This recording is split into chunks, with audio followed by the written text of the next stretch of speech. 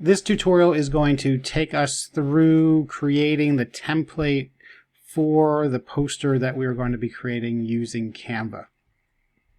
It is assumed that you've already watched the tutorial where you have created some text in ChatGTP, which we are going to be utilizing in just a minute. So once you log into Canva, go all the way to the left and click Create. Then type in poster and then choose the poster double-sided portrait. That is 18 by 24. And it will open up in a new tab, which is important to know. And in this tab, you will have your canvas, where the name Canva comes from. Now, we want to set this up so there are grid lines, like in the videos that we watched. And at first, I want everyone in the class to use the same grids. But when you get to project 3 and you're expanding on stuff a little bit in your knowledge, you can create something, if you choose to, that has a different sort of grid style. So I'd like you to go up to the File heading and click on File, and then View Settings, and then Add Guides. When this pops up, you will see the column guides by default show up on the canvas. We, however, want to create a modular grid where we have columns and horizontal lines so that we have multiple modules on the page. As the tutorials we watched for today explained, it's helpful to have both of those. So I'd like you to click on Custom, and in the columns you could just leave this exactly as no, I'd like you to change the columns to 12 and the rows to 18,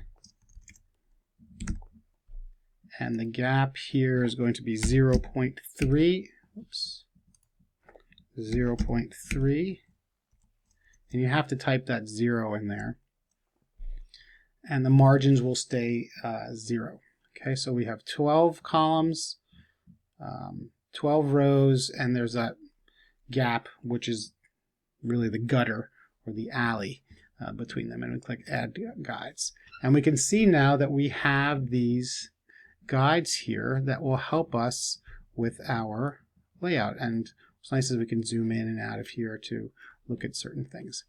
Now, what Canva does not create is a margin for you. So as part of the setup process for our design, I would like you to hover over the elements and click on the elements and choose a square. Right? It will automatically put the square by default in the center. And I'd like you to drag that up and then stretch it so that it contains, if we get close here,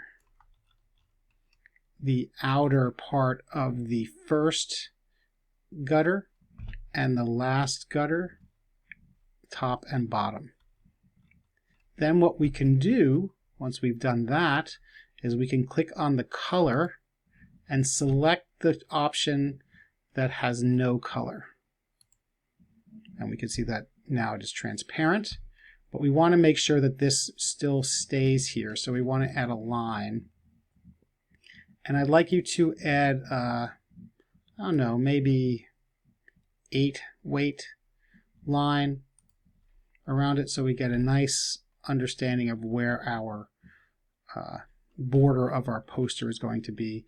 This gives us a nice little margin on the outside and gives us a nice contained content area in here. Okay. So now what we're going to do is we're going to start populating our poster with the content from ChatGTP, and doing so in a way that adheres to the design theories that we watched in the videos, using negative space, proximity, repetition if you want, contrast, alignment, focal points, those kinds of things. And so what I'd like you to do is we'll click on text, and you'll see that there will be some options here. And we're going to add a heading. And we're going to go and grab from here the main heading, copy, go back to Canva, and I'd like you to paste that in. Now the font size is probably going to be too big, and I'd like you to keep the font that is here for the moment. We will be able to change that later on, but I want to learn about typography first, which we'll be doing in the next couple of weeks.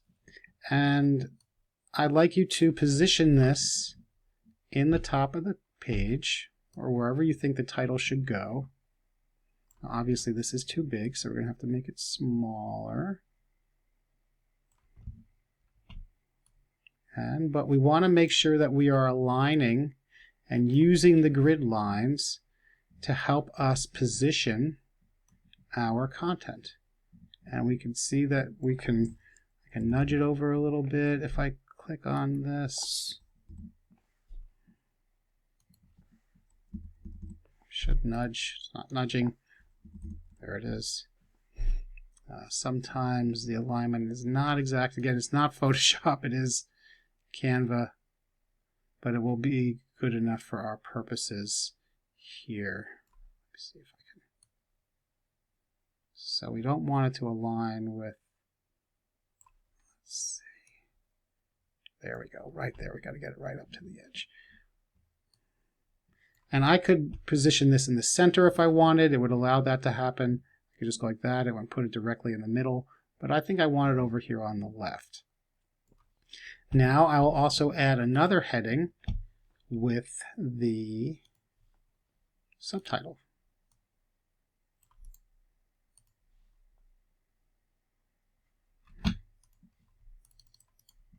Paste it in. Again, I could stretch this out. Make it smaller.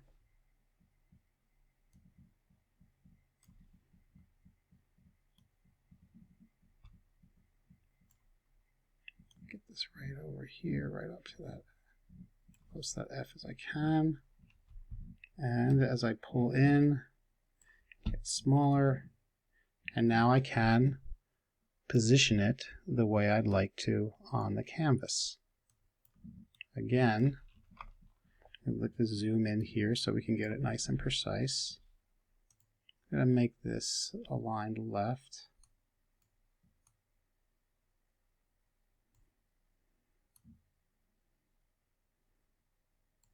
And I can think about if I want it aligned towards the top of this gutter, or do I want it aligned lower than the gutter?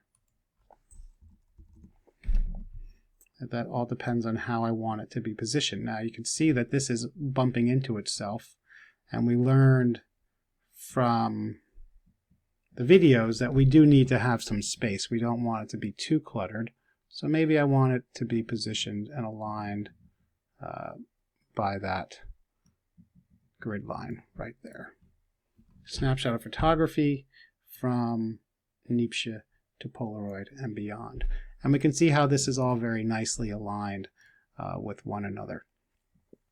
So I have a choice to make now. If I want, I could use some of this. Let's say I want to just grab this one paragraph. One sentence.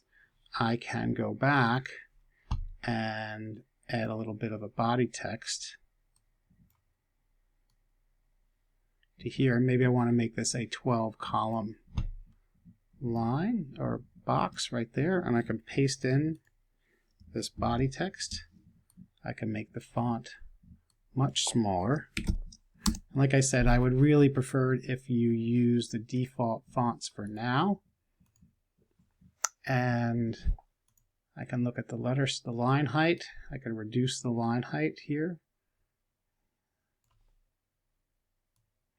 That up a little bit. So it brings the line closer together. And we can see that we have everything sort of positioned here in this based on the grid. Now, if you ever want to check out what it looks like without the grid lines, you can go to View Settings and you can uncheck grid and you can see what the positioning will look like. But you can see how nicely aligned it is over there. That would not be possible without our grids. So we're going to turn the grid back on. View settings, show rulers and grid. It saves it for you, and then we can move forward. If we felt like we wanted to move this up a little bit to align these letters with the top outside of the gutter, we can do that, or we can simply move along. Now I want to create some subheadings here that are going to have the subheadings from our discussion. The birth of photography, for example, is one. And I can grab this. Now the reason we're using this text, as I mentioned in the other video, is because designers often would use the lorem ipsum text. But I wanted to do something that would give us something, the little things that we can look at, add some images later on. And the recent court rulings have shown or decided that content created with AI is not copyrightable. So we're not impinging on anybody's copyright here with this design that we're creating. We're just using text that has been generated for us that we now have the opportunity to use.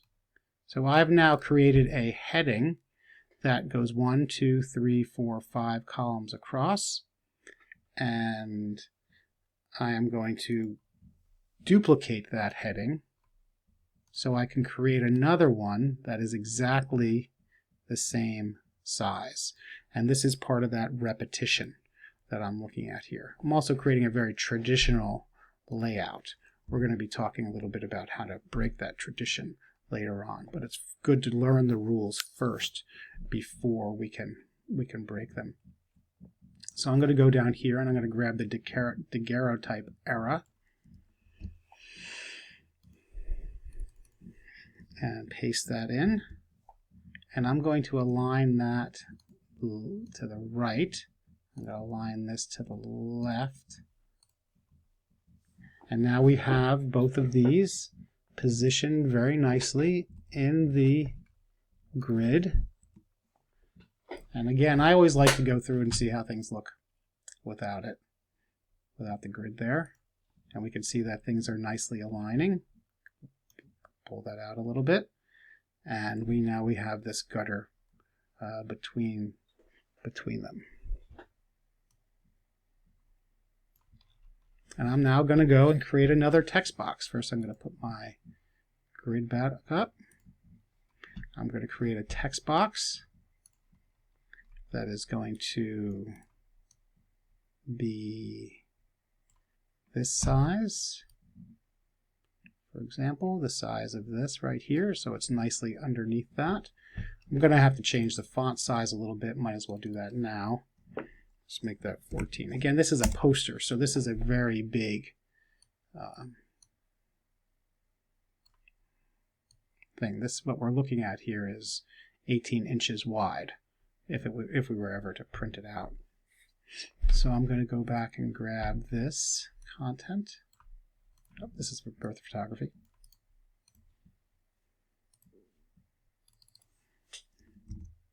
And I will make it... Uh-oh. What happened there? It exploded. Pop that in. Get that to be that size. Now looking at this, it's much too big. I also don't want it justified. I'm going to change that font size to, I think I had, 16 before?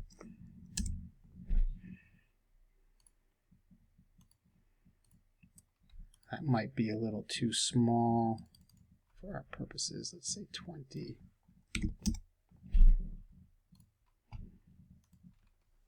Okay. Now I might decide that I want this really aligned like that. See how the letters are right down there on the grid line. Just to see what that looks like, I'll have to turn off the grid. I always do that, turn off the grid when I see. And that's a nice proximity. Might be a little too close, and if that's the case, we can always adjust things slightly. But basically what I'd like you to do as you are designing your poster, and this is a very traditional poster, is that I'd like you to create a poster doing basically what I've done here. You could change layout options, obviously, yes. I'm just showing you how things can work using nearly as much of the content that you've got from your discussion from ChatGTP in a nice poster.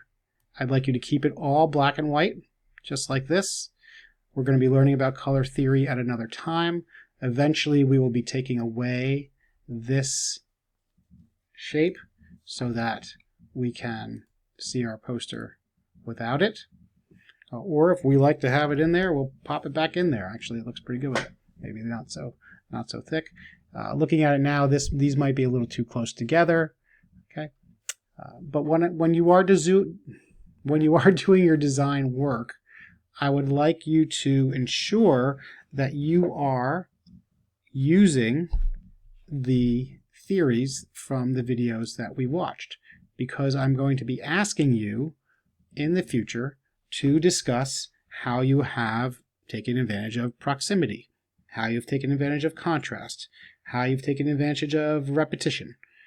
Each of those will have to be accounted for when you do your final reflections for your design work. So please make sure you are thinking about them and employing them as you're putting this together. We're going to be doing many instances of this project. Don't worry about saving room to add graphics, because we will be doing that at a later time, which will challenge us to rethink our design and make sure that we're not just keeping the same thing over and over. One of the great challenges for designers is coming up with new ideas, and by adding content, by adding color, by adding different typography, that necessarily will change the way things are being presented on the page. Once you have done this, Canva automatically saves it for you in your account, so you don't have to worry about that.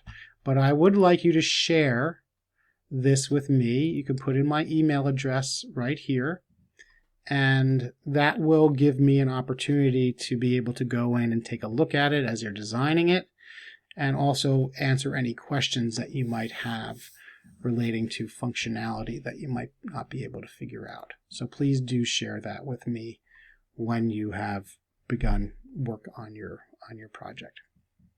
So I'm really excited to see what you all come up with. I'm excited to see what subjects you choose. And if you have any questions, please do let me know. Have fun with this. It should be something fun and exciting, even if you've used Canva before. And I hope it's really something new for those of you who have not. Have a great day. Bye-bye.